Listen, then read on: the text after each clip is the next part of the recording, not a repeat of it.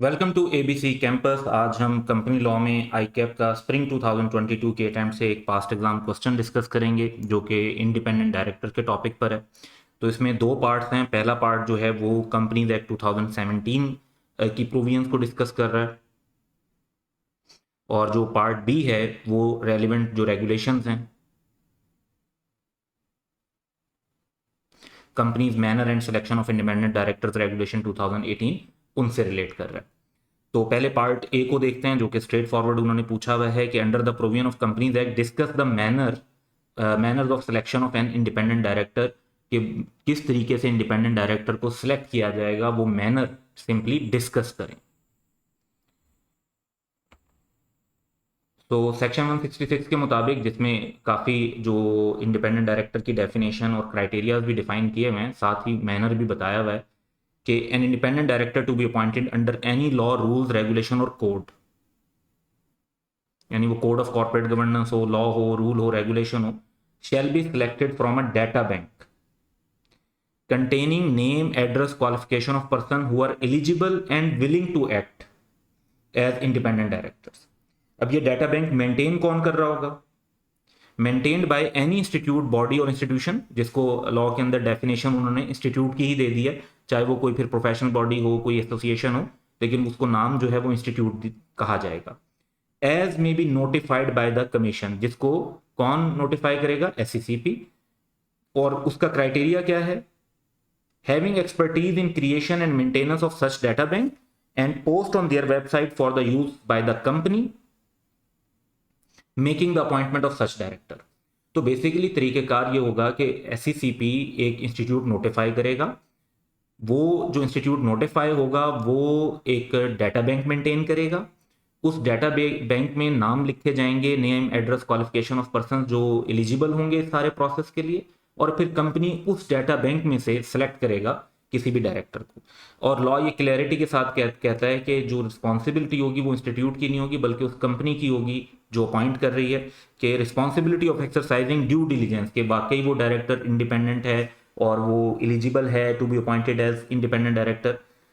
Before selecting a person from the data bank referred to above as an independent director shall lie with the company or the government as the case may be making such appointment। तो जो company appointment कर रही होगी उसकी responsibility होगी कि वो एक पर्सन को सिलेक्ट करते हुए देखे कि वो वाकई लॉ की रिक्वायरमेंट्स पूरी हो रही हैं या नहीं हो रही।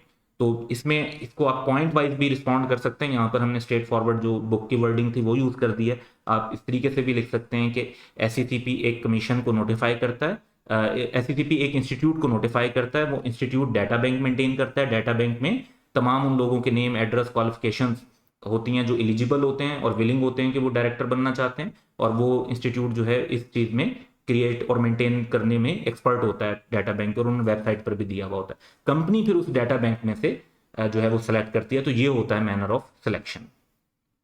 अच्छा, अब हम चलते हैं इसके पार्ट बी की तरफ। पार्ट बी में जनरली रीडिंग कर लेते हैं और फिर one by one her part जो सब पॉइंट है उसको डिस्कस करते जाएंगे। तो पहला पॉइंट तो ये है कि जी, list down the eligibility criteria for a person who is desirous of including his her name on the data bank of independent director maintained by an institute, body, institution as notified by the commission. तो ये तो आधा जो यहाँ पर हमने paragraph लिखा है उसकी काफी सारी वर्डिंग तो यहाँ पर भी मेंशन है। तो एलिजिबिलिटी क्राइटेरिया बताना है रेगुलेशन के मुताबिक, क्राइटेरिया सेक्शन के मुताबिक नहीं, रेगुलेशन के मुताबिक। दूसरा, state the responsibilities of a person whose name has been included in the data bank of independent director and has received an offer to be an independent director on the board of a listed company। तो ऐसा person जिसे जो independent director बनना चाहता है और एक listed company ने उसे ऑफर भी दी है कि वो उनका इंडिपेंडेंट डायरेक्टर बन जाए, तो उसकी क्या रिस्पॉन्सिबिलिटी होगी। फिर तीसरा है, briefly discuss the responsibilities of a listed company which is considering to appoint an independent director from the data bank of independent director।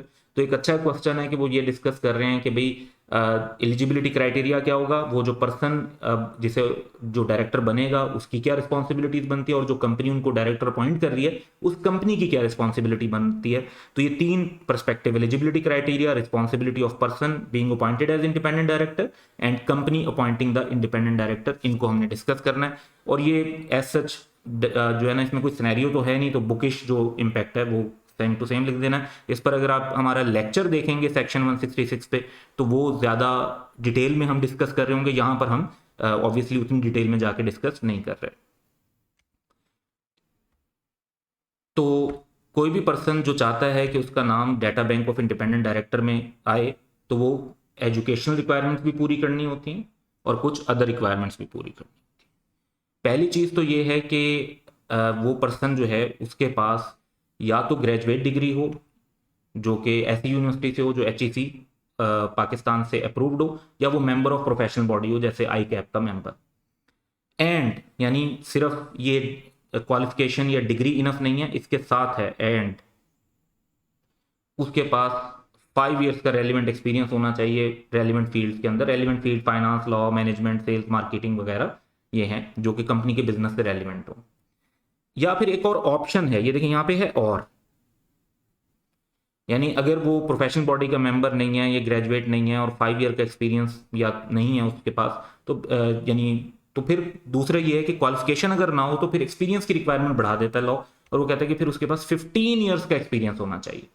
तो 5 ईयर का एक्सपीरियंस है और ग्रेजुएट और यानी एजुकेशन क्वालिफिकेशन का फायदा क्या हुआ कि उसको एक्सपीरियंस 15 साल के बाद कितना चाहिए, 5 साल का। और अगर एजुकेशन क्वालिफिकेशन पूरी नहीं कर रहा तो फिर उसको एक्सपीरियंस जो चाहिए वो चाहिए 15 ईयर्स का रेलिवेंट फील्ड के अंदर एक्सपीरियंस। एंड यानी ये भी फिर एक एडिशनल रिक्वायरमेंट है, ये दोनों सूरतों में होगी चाहे वो मेंबर ऑफ प्रोफेशनल बॉडी है या नहीं है, कि the person is willing to act as an independent director and can confirm that on appointment वो रीजनेबल टाइम कंपनी को डिवोट करेगा। In order to enable him or her to discharge his stewardship responsibilities as given under the law और corporate governance, जो भी requirement है उसके मुताबिक वो पूरा टाइम देगा, पूरा फोकस देगा, जो एक डायरेक्टर के तौर पर उसकी ड्यूटीज बनती हैं उनको वो परफॉर्म करेगा। तो एजुकेशनल रिक्वायरमेंट अगर पूरी हो रही हैं तो 5 इयर्स का एक्सपीरियंस चाहिए, अदरवाइज 15 इयर्स का रेलिवेंट एक्सपीरियंस चाहिए, और जो टाइम देना और विलिंगनेस टू एक्ट करना वो तो हर सिचुएशन में एप्लीकेबल है। तो ये एलिजिबिलिटी क्राइटेरिया हो गया। अब हम इसके सेकंड पॉइंट की तरफ चलते हैं कि जो पर्सन प्रपोज्ड इंडिपेंडेंट डायरेक्टर है उसकी रिस्पॉन्सिबिलिटी क्या होगी। तो उसकी रिस्पॉन्सिबिलिटी एक तो ये होगी कि वो डायरेक्टर ट्रेनिंग प्रोग्राम होता है जो कि डिफरेंट जो बॉडीज़ हैं वो करवाती हैं। ICAP भी करवाता है, ICMAP वाले भी कभी कभार करवाते हैं। तो ICAP का मेरे ख्याल में रेगुलर फीचर है, तकरीबन हम देखते रहते हैं कि हर जो है ना 2-3 महीने में एक बार ज़रूर डायरेक्टर ट्रेनिंग प्रोग्राम जो है वो ICAP की तरफ से लॉन्च हो रहा होता है। तो इसमें या तो वो अपना डायरेक्टर ट्रेनिंग प्रोग्राम कंप्लीट करेंगे या एग्जाम्शन लेंगे फ्रॉम द कमीशन, जो अकॉर्डिंग टू द रिक्वायरमेंट है। उसका जो डायरेक्टर ट्रेनिंग प्रोग्राम का जो कोर्स होगा वो वही होगा जो listed companies code of corporate governance regulation 2017 में मेंशन है, और इसकी टाइम लिमिट भी है कि ये कितने टाइम में कंप्लीट करना है, ये एग्जाम्शन लेनी है, वो है 12 मंथ। अच्छा, हर पर्सन जो जिसका नाम डाटा बैंक में इंक्लूडेड है वो इस बात के लिए भी रिस्पॉन्सिबल होगा कि एक्यूरेट हो उसका डाटा, एडिकेट हो और कंप्लीट हो, और अगर कोई भी इंफॉर्मेशन चेंज होती है तो वो भी अपडेट करवाने का पाबंद वो खुद है। तो ये उसकी 2 रिस्पॉन्सिबिलिटीज हैं, मेनली डायरेक्टर ट्रेनिंग प्रोग्राम, और अगर उसके कोई पर्टिकुलर चेंज हो रहे हैं तो डाटा बैंक में उनको टाइमली अपडेट करवाना भी उसकी जिम्मेदारी है। अब वो कंपनी जो अपॉइंट कर रही है इंडिपेंडेंट डायरेक्टर को, उनकी क्या जिम्मेदारी है, जिस तरह हमने पहले भी डिस्कस किया पार्ट ए के अंदर, कि वो अपनी खुद ड्यू डिलीजेंस करेंगे, यानी ये चेक करना कि ये जो पर्सन जिस इंडिविजुअल को वो डाटा बैंक से अपॉइंट कर रहे हैं वो लॉ की रिक्वायरमेंट पूरी करता है, वो एलिजिबिलिटी क्राइटेरिया पूरा करता है, वो वाकई ही इंडिपेंडेंट है, ये चीज़ चेक करना और कंफर्म करना ये जिम्मेदारी होगी कंपनी की। इन पर्टिकुलर हर कंपनी रिक्वायर करेगी इंडिविजुअल को कि वो एक अंडरटेकिंग जमा करवाएं नॉन जुडिशियल स्टैम्प पेपर पर कि वो तमाम रिक्वायरमेंट जो रेगुलेशंस की हैं वो पूरी करते हैं, और स्पोर्टिंग जो इंफॉर्मेशन है वो भी उसके साथ वो अटैच करेंगे। तो कंपनी की 2 जिम्मेदारी हैं, तो अपनी ड्यू डिलीजेंस करें, और दूसरा ये कि उस इंडिविजुअल से एक नॉन जुडिशियल स्टैम्प पेपर पर अंडरटेकिंग भी लें कि भाई वो बंदा भी तमाम रिक्वायरमेंट पूरी करता है।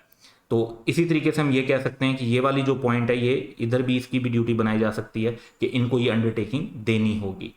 सो ये सिंपल सा क्वेश्चन था, स्ट्रेट फॉरवर्ड चीज़ें पूछी हुई थी, ज़्यादा ये टेस्ट जो था वो मेमोरी का था, लेकिन ऑब्वियसली इसमें ये अंडरस्टैंड करना कि एग्जैक्टली क्योंकि काफ़ी ज़्यादा कंटेंट है इंडिपेंडेंट डायरेक्टर के ऊपर, तो ये अंडरस्टैंड करना कि क्वेश्चन एग्जैक्टली पूछ क्या रहा है वो बहुत इंपॉर्टेंट था, ताकि आप अननेसेसरली इररेलेवेंट जो चीज़ें हैं वो ना लिख रहे हो और अपना टाइम ज़ाया ना कर रहे हो.